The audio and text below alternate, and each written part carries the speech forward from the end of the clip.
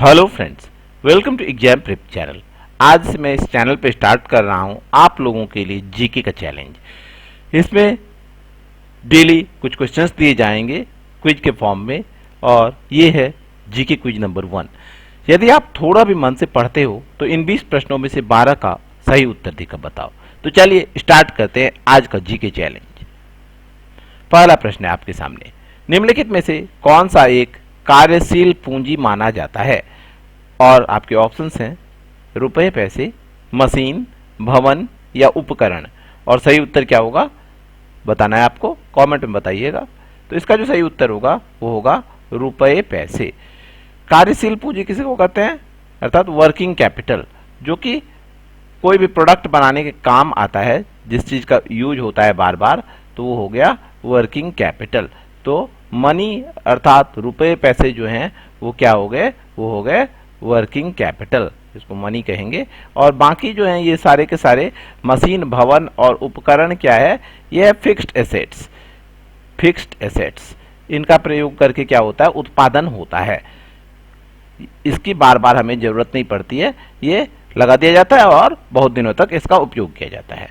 अगला प्रश्न देखते हैं। क्वेश्चन है, डैश बेरोजगारी तब होती है जब लोगों को वर्षों के कुछ महीनों के दौरान रोजगार नहीं मिल पाता है। और आपके ऑप्शंस हैं शिक्षित बेरोजगारी, संरचनात्मक बेरोजगारी, मौसमी बेरोजगारी या फिर पूर्ण बेरोजगारी। और सही उत्तर क्या होगा? तो वैसी बेरोजगारी जिसमें कि वर्षों के कुछ महीनों के दौरान लोगों को रोजगार नहीं मिल पाता है, क्या कहलाता है बताइए? तो इसे कहते हैं मौसमी बेरोजगारी, सीजनल अनएम्प्लॉयमेंट। क्या कहते हैं?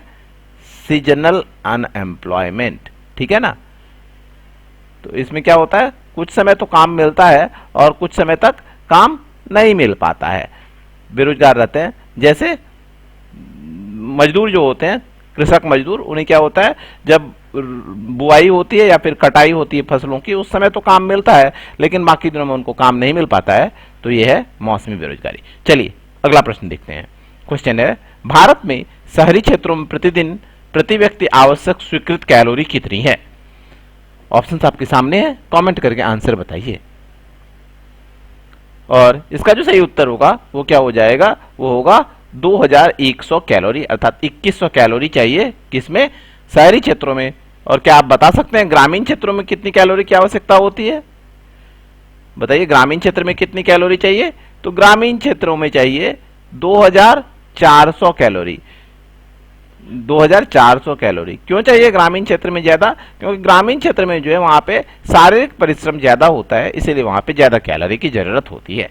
अगला प्रश्न है आज का, रबी फसलें डैश के मौसम में उगाई जाती है? उगाई जाती है अर्थात बोई जाती है। तो कब बोई जाती है रबी की फसलें? गर्मी, वर्षा, शीत या वसंत? तो रबी फसल क्या होता है? जिसकी बुआई की जाती है किस महीने में? जिसकी बुआई होती है नवंबर के महीने में, मध्य नवंबर महीने में। और कटाई कब होती है? कटाई होती है अप्रैल मई महीने में। वो क्या कहलाती है? कटाई होती है अप्रैल से मई के बीच, वो कहलाती है रबी की फसलें। और खरीफ फसल क्या होता है? खरीफ फसल उल्टा है इसका, अप्रैल मई में उसकी बुआई की जाती है और कटाई होती है नवंबर के आसपास। तो कौन सा महीना रहता है नवंबर में? तो कौन सा ऋतु रहता है, कौन सा मौसम रहता है? तो वो है शीत का मौसम। ओके, अगला प्रश्न है, प्रधानमंत्री के अतिरिक्त केंद्रीय मंत्रिमंडल के अन्य मंत्रियों की नियुक्ति निम्न में से कौन करता है? ऑप्शंस हैं लोकसभा अध्यक्ष, उच्चतम न्यायालय के मुख्य न्यायाधीश, उपराष्ट्रपति या फिर राष्ट्रपति। और इस प्रश्न का सही उत्तर क्या होगा? तो ये जो नियुक्ति की जाती है, ये की जाती है अनुच्छेद 74 के तहत। कौन से अनुच्छेद के तहत?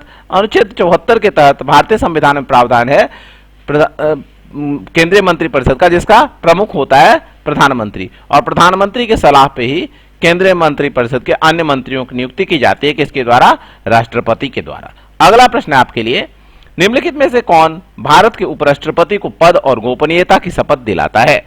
ऑप्शन है आपके सामने, प्रधानमंत्री, उच्चतम न्यायालय के मुख्य न्यायाधीश, राष्ट्रपति या फिर लोकसभा का अध्यक्ष। और सही उत्तर क्या होगा? तो इस प्रश्न का जो सही उत्तर होगा वो क्या है? वो है राष्ट्रपति। राष्ट्रपति उपराष्ट्रपति को पद और गोपनीयता की शपथ दिलाते हैं। अभी उपराष्ट्रपति कौन है? अभी उपराष्ट्रपति कौन है? इस प्रश्न का उत्तर दीजिए आप लोग कमेंट में, और जो सबसे पहले इस प्रश्न का उत्तर देंगे उनका नाम हम अगले वीडियो में बताएंगे। ठीक है, चलिए अभी उपराष्ट्रपति हैं कौन ये आपको बताना है। एक चीज यहां पे मैं बता दूं, जो उपराष्ट्रपति होते हैं वो क्या होते हैं? वो राज्यसभा के पदेन सभापति होते हैं। राज्यसभा के पदेन सभापति अर्थात ex officio chairman of Rajya Sabha. ठीक है ना, पद के हिसाब से वो सभापति बन जाते हैं। अगला प्रश्न है आपके लिए, यदि कोई ग्राम पंचायत विघटित होती है तो कितनी अवधि के भीतर चुनाव करवाए जाते हैं? बताइए कितने दिन में चुनाव हो जाने चाहिए यदि किसी ग्राम पंचायत का विघटन हो गया है तो ये जो सही उत्तर होगा वो क्या हो जाएगा? वो होगा 6 माह। 6 माह के भीतर चुनाव हो जाने चाहिए यदि विघटित है ग्राम पंचायत। तो ग्राम पंचायत का हेड कौन होता है? तो ग्राम पंचायत का जो हेड होता है वो कहलाता है सरपंच। ठीक है ना, चलिए देखते हैं अब अगला प्रश्न। नेक्स्ट क्वेश्चन है, शिक्षा को किस संविधान संशोधन के द्वारा राज्य सूची से समवर्ती सूची में लाया गया? 3 प्रकार की सूचियां होती है। राज्य सूची जिसपे कानून बनाने का अधिकार राज्य सरकार को होता है, केंद्रीय सूची या संघ सूची जिसपे कानून बनाने का अधिकार संघ सरकार अर्थात केंद्रीय सरकार को होता है, केंद्र सरकार को, और समवर्ती सूची जिसपे कानून बनाने का अधिकार दोनों को होता है। तो शिक्षा को राज्य सूची समवर्ती सूची में स्थानांतरित किया गया किस संविधान संशोधन के द्वारा? तो वो संविधान संशोधन था 42वां संविधान संशोधन। इसके अतिरिक्त फॉरेस्ट अर्थात वन एवं वन्य जीव संरक्षण को भी इसी संविधान संशोधन द्वारा राज्य सूची से निकालकर समवर्ती सूची में शामिल कर दिया गया। अगला प्रश्न ये रहा आपके लिए, बाल गंगाधर तिलक द्वारा निम्नलिखित में से कौन सा अखबार शुरू किया गया था? ऑप्शन है केसरी, हिंदू, द स्टेट्समैन या द ट्रिब्यून। तो बाल गंगाधर तिलक ने केसरी अखबार प्रारंभ किया था। किस भाषा का अखबार है ये मराठी में था अखबार। और कब प्रारंभ किया गया था? ये प्रारंभ किया गया था 1881 ईस्वी में। 1881 ईस्वी में देश प्रेम की भावना से ओतप्रोत अखबार था ये। अगला प्रश्न है ये आपके लिए, ऐहोल प्रशस्ति का संबंध निम्नलिखित में से किस राजवंश से जुड़ा था? परमार राजवंश, चालुक्य राजवंश, चोल राजवंश या फिर राष्ट्रकूट राजवंश? बताइए सही उत्तर। तो ऐहोल प्रशस्ति लेख में किसका वर्णन है? ऐहोल प्रशस्ति लेख जो है इसमें पुलकेशिन द्वितीय के वीर गाथाओं का वर्णन है। पुलकेशिन टू किस वंश का था? तो पुलकेशिन टू जो था ये था चालुक्य राजवंश का, और इसमें वर्णन है जब पुलकेशिन टू ने पल्लव साम्राज्य पर जीत हासिल की थी। अगला प्रश्न ये रहा, मौर्य साम्राज्य के बाद निम्नलिखित में से किसने मगध पर शासन किया? ऑप्शन है हर्यंक साम्राज्य, शिशुनाग, शुंग या फिर नंद। तो मौर्य साम्राज्य के पतन के पश्चात जिस वंश ने शासन किया मगध पे वो था शुंग साम्राज्य। और कब से कब तक किया था? 185 ईसा पूर्व से लेके कब तक? 185 ईसा पूर्व से लेके इसका शासन प्रारंभ हुआ था। और पुष्यमित्र शुंग जो था वो इस साम्राज्य का संस्थापक था, पुष्यमित्र शुंग। ठीक है ना, चलिए बढ़े आगे। अगला प्रश्न है, किस मुगल शासक ने मुगल साम्राज्य की राजधानी स्थायी तौर पर आगरा से दिल्ली स्थानांतरित की? ऑप्शंस हैं हुमायूं, औरंगजेब, बाबर या शाहजहां। और प्रश्न का सही उत्तर क्या होगा? तो इस प्रश्न का सही उत्तर होगा कौन सा? बताइए। इस प्रश्न का सही उत्तर है शाहजहां। शाहजहां ने राजधानी को आगरा से दिल्ली स्थानांतरित कर दी थी। कब की थी? 1638 ईस्वी में। 1638 ईस्वी में। सिकंदर लोदी ने क्या किया था? 1506 ईस्वी में, 1506 ईस्वी में सिकंदर लोदी, नाम सुना है ना, लोदी वंश का था ये। सिकंदर लोदी ने क्या किया था? राजधानी को शिफ्ट किया था दिल्ली से आगरा।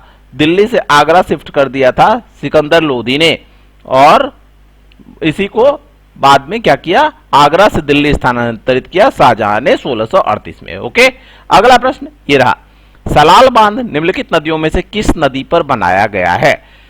ऑप्शंस हैं चिनाब, महानदी, कृष्णा या सतलज। तो क्या आप जानते हैं सलाल बांध कहां पर स्थित है? तो सलाल बांध जो है ये है जम्मू कश्मीर में। J&K लिख देता हूं मैं, जम्मू कश्मीर में स्थित है ये। और किस नदी पे है? तो ये है चिनाब नदी पे।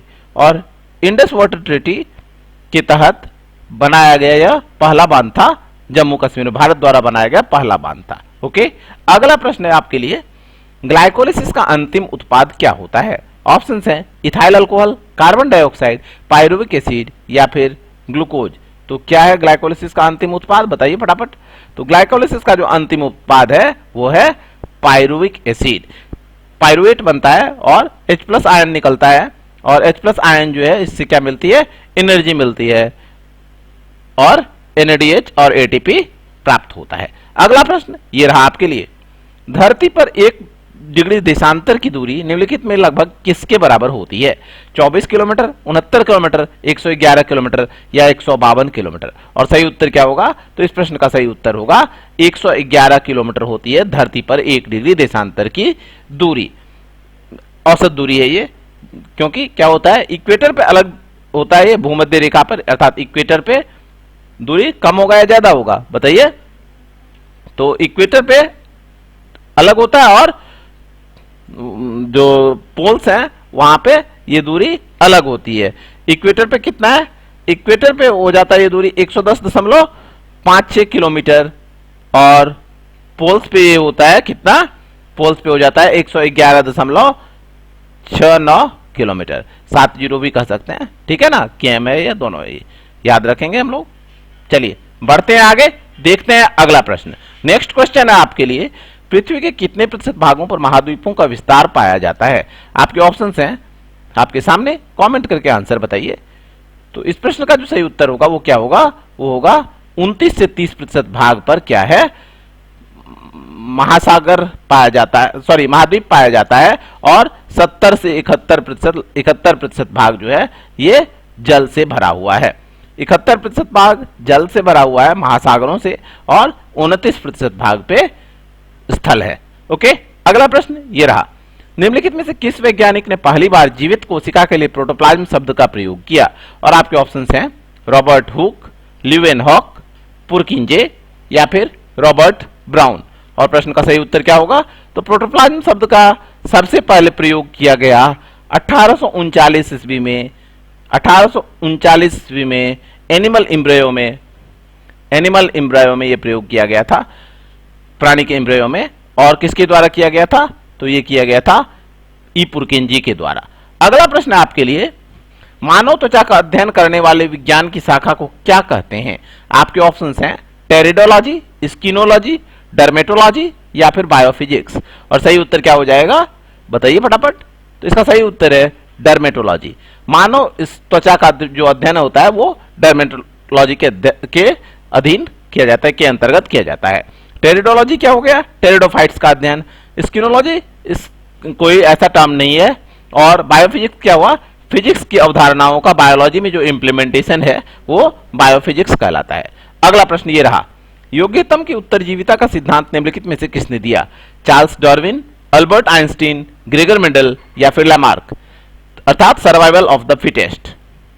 बताइए क्या होगा, सर्वाइवल ऑफ द फिटेस्ट ये सिद्धांत किसने दिया था? सर्वाइवल ऑफ द फिटेस्ट ये सिद्धांत दिया गया था किसके द्वारा? चार्ल्स डार्विन के द्वारा। और ये सब्सटेंशिएट करता है किसको? ये सब्सटेंशिएट करता है थ्योरी ऑफ नेचुरल सिलेक्शन को। ऑप्शन नंबर ए हुआ इस प्रश्न का सही उत्तर, प्राकृतिक चयन के सिद्धांत की व्याख्या करता है ये। अगला प्रश्न ये रहा, निद्रा रोग अर्थात स्लीपिंग सिकनेस निम्नलिखित में से किस कीट के कारण फैलती है? खटमल, जूं, सीसी फ्लाई और सैंड फ्लाई। और सही उत्तर क्या होगा? तो निद्रा रोग जो है ये होता है किससे? ट्रिपैनोजोमा ब्रुएसी से, और ये फैलता है, इसका जो कैरियर है वो है सीसी फ्लाई।